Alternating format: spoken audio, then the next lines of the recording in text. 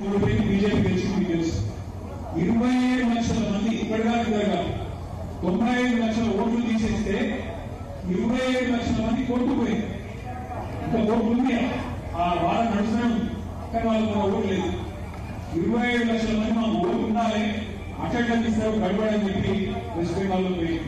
వాళ్ళు ఎంత కొనుక్కోండి వెస్ట్ బెంగాల్లో 21 లక్షల ఓట్లు తీసేసిన ఓట్లు 95 లక్షలు, కోర్టులో ఇంకా పెండింగ్ 27 లక్షలు, కోర్టు పోయింది 21 లక్షల ఓట్లు.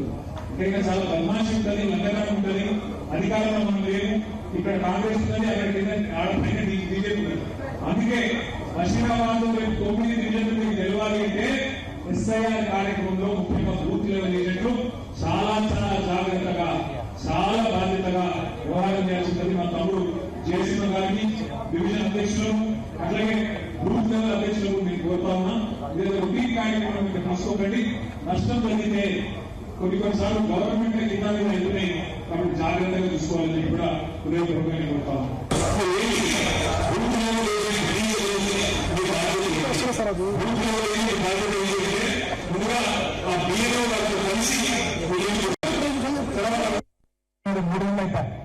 ఇప్పటివరకు ఇచ్చిన ఉద్యోగాలు ఎన్నాయంటే 11,000 ఉద్యోగాలు. చెప్పింది 2 లక్షలు, ఇచ్చింది 11,000. ఇవాళ వాళ్ళు వీళ్ళుగా పిల్లలే రాహుల్ గాంధీ ఎక్కడ కనబడితే తల్లిపట్టున్నారు.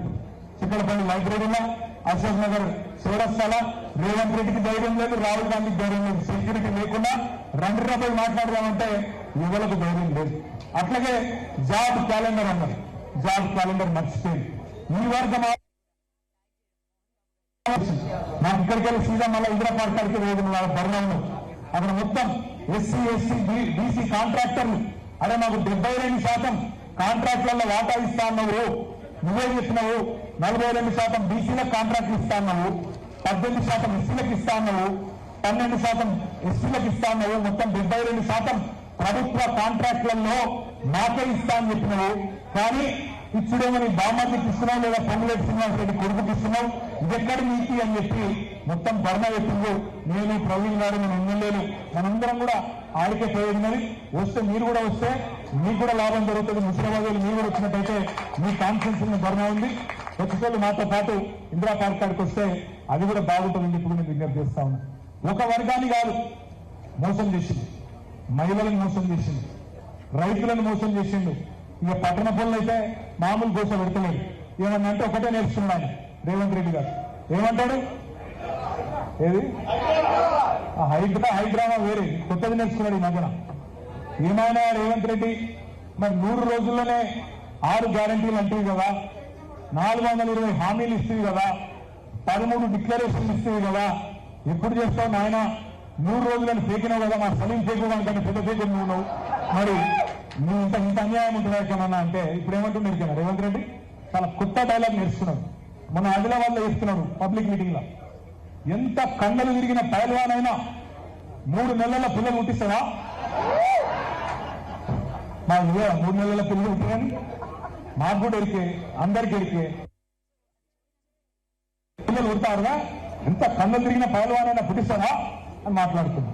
నేను అడుగుతున్నా రేవంత్ రెడ్డి గారు, 3 నెలల్లో పిల్లలు ఉంటారు కరెక్టే, ఒప్పుకుంటా. కానీ 30 నెలలైనా ఉండకపోతే ఏమనాలి నిన్ను?